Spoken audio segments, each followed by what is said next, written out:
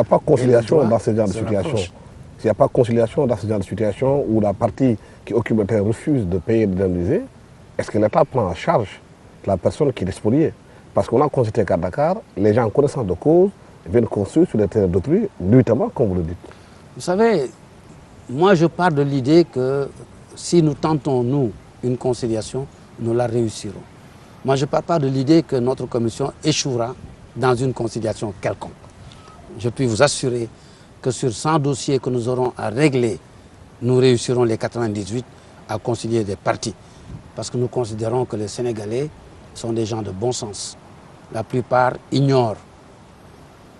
Une autre partie aussi n'a pas les moyens de régler son droit. Le Sénégalais n'est pas mauvais, il n'est pas peut-être bien informé, suffisamment informé. Donc je pars de l'idée, nous, que nous ne pouvons pas échouer dans les tentatives de conciliation. Parce que nous n'y avons aucun intérêt propre et personnel. Nous voulons faire en sorte que les gens vivent en paix.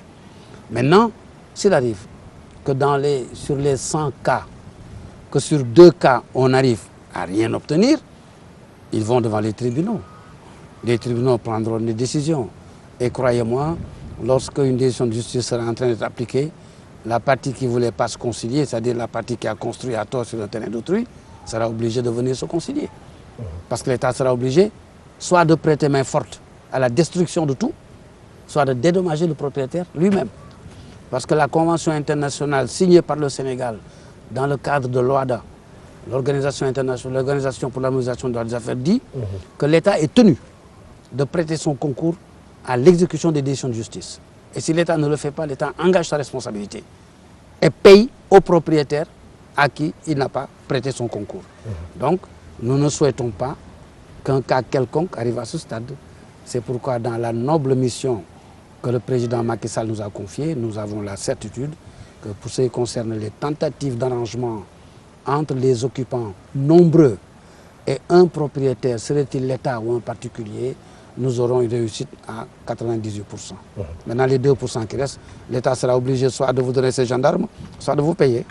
Dans les zones urbaines, il a été beaucoup question aussi des permis d'occuper qui deviennent des titres fonciers. Où allez-vous par rapport à ce dossier? Oui, cette question est une très belle question, mais en même temps qui pose quelques approches de délicatesse. Pourquoi? D'abord, belle question. Pendant presque 70 ans, de Dakar jusqu'à Ziguinchor, Dakar, Pikine, Guédiawaye, Diourbel, Kaolack, Ziguinchor, toutes les villes traditionnelles anciennes du Sénégal ont été titrées par la France en son nom. La France dit « je suis propriétaire de Dakar ». Depuis quand? Je suis propriétaire de Ziguinchor. Depuis quand? Bon, c'est le fait colonial, mais la France n'a jamais été propriétaire de nos terres. Mais parce qu'on est fort, on arrive, on est colonisateur, on apporte ses propres lois, son armée, et on se déclare propriétaire.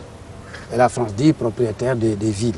Et dit aux autochtones, les gens de Ziguinchor, les gens de Kaolack, je vous autorise à occuper une parcelle de ma terre. C'est ça les permis d'occuper.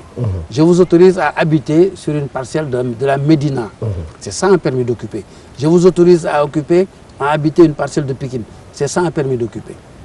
Et maintenant, on dit, c'est injuste. D'autant plus que c'est économiquement mauvais.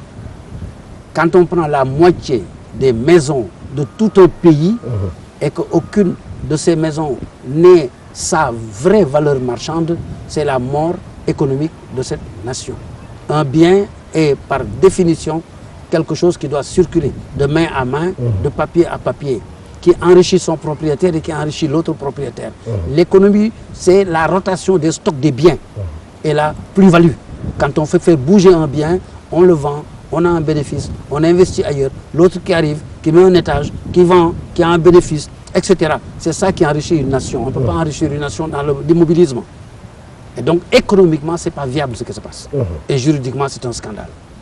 Alors, il a été voté par l'Assemblée nationale du Sénégal de donner à toutes ces personnes-là, plus de 100 000, entre 100 et 200 000 maisons, à la place de ces permis, un titre foncier et gratuitement. Le président Macky Sall a réaffirmé à Londres il a réaffirmé ici à Dakar que ces titres fonciers seront donnés gratuitement. Le président Macky Sall ne vend pas ces titres fonciers. Maintenant, une question se pose. Comment nous allons le faire? Voilà le vrai problème. Macky Sall nous apporte le soleil, mais le soleil risque de nous brûler si on n'a pas de gants. Alors, il se pose aujourd'hui la question de la coordination entre l'administration domaniale du Sénégal et la Commission nationale de réforme foncière. Nous devons coordonner nos actions. L'administration domaniale a les dossiers des permis. Tous les dossiers de tous les permis se trouvent dans l'administration domaniale. Mais nous, nous avons dit, et c'est notre position, acceptée maintenant par M. le Président de la République et par le directeur général des impôts et domaines, à la suite de nombreuses discussions. Mais maintenant, c'est accepté. La position de la Commission consiste à dire la personne qui vit à Ziguinchor n'a pas besoin de quitter Ziguinchor pour avoir son titre foncier. La personne qui vit à Kaolack n'a pas besoin de quitter Kaolack pour avoir son titre foncier. La personne qui vit à Saint-Louis n'a pas besoin de quitter Saint-Louis pour avoir son titre foncier.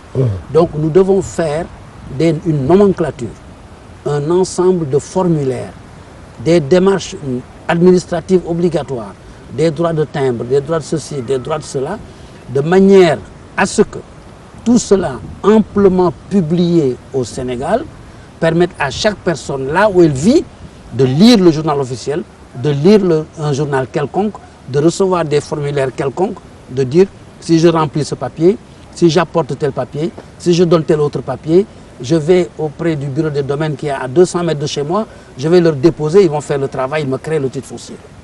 À un moment donné, il a été pensé de faire marcher toutes ces personnes-là, de Ziguinchor jusqu'au ministère des Finances à Dakar, de Saint-Louis jusqu'au ministère des Finances à Dakar, pour y demander le titre foncier. Ça, c'est l'hérésie. En soit, il faut décentraliser. Mais c'est une hérésie, c'est quelque chose de particulièrement anormal dans un pays démocratique. Le plan de Ziguinchor existe. Chaque maison de Ziguinchor qui a un permis d'habiter a un plan et a son papier qui n'est plus valable, mais le papier existe et le plan existe. À Ziguinchor, il y a un bureau des domaines. Qu'est-ce qu'il y a? Il faut donner les moyens à ce bureau des domaines, des moyens logistiques, des moyens financiers. Il y a un conservateur de la propriété foncière. Il faut lui donner les moyens logistiques, des moyens financiers et dire au peuple, voilà ce que Macky Sall vous apporte.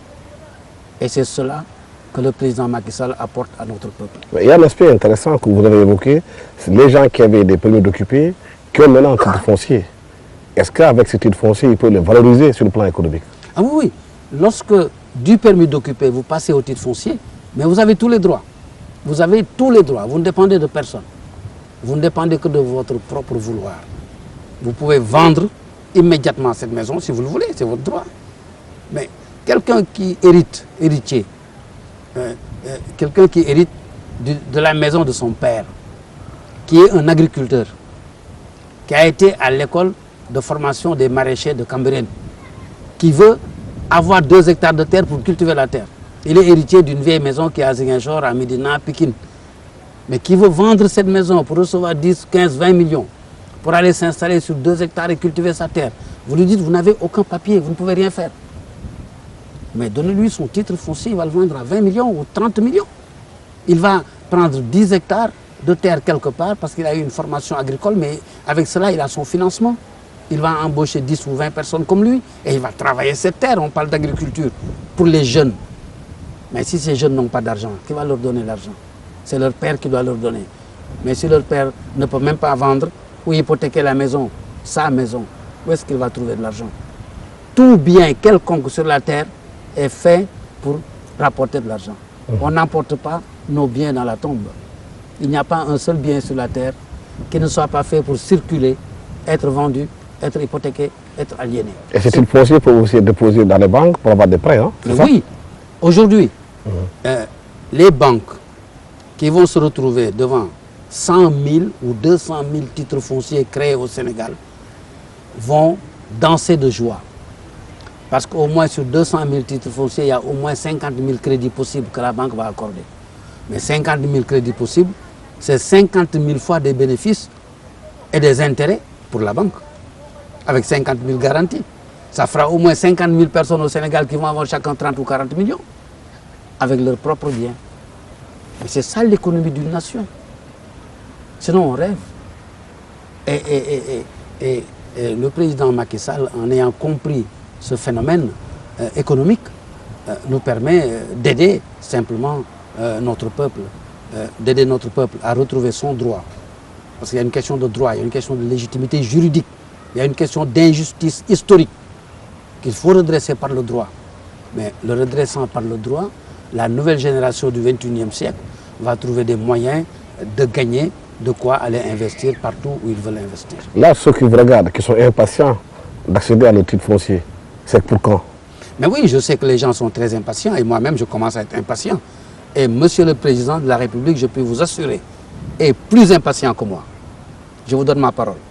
Que le président Macky Sall est plus impatient que moi là-dessus.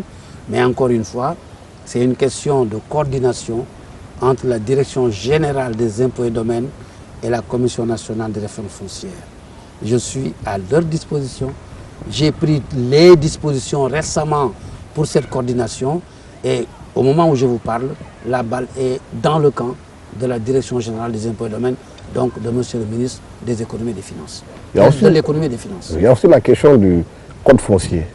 Qu'est-ce que le code apporte de nouveau par rapport à ce qu'on avait connu aussi au Sénégal? Parce qu'on sait que dans le monde rural, un peu partout au Sénégal, les femmes sont souvent mises à l'écart par rapport à l'accès à la terre. En parlant de code foncier, vous m'amenez à la réforme, à la Commission nationale de réforme foncière. Parce que nous avons parlé des permis d'habiter dans les villes. On n'avait même pas besoin de la Commission nationale des réformes foncières pour ça. Franchement. Bon. Donc, cette question est une question ponctuelle. Mais la grande réforme foncière du Sénégal touche toutes les terres du domaine national, qui relèvent de la loi de 1964 et de ce décret d'application, et avec tous les comportements dissolus, biscornus, compliqués que nous savons. Nous avons le code du domaine de l'État. Avec le code du domaine de l'État, les administrations ont fait ce qu'ils veulent aussi.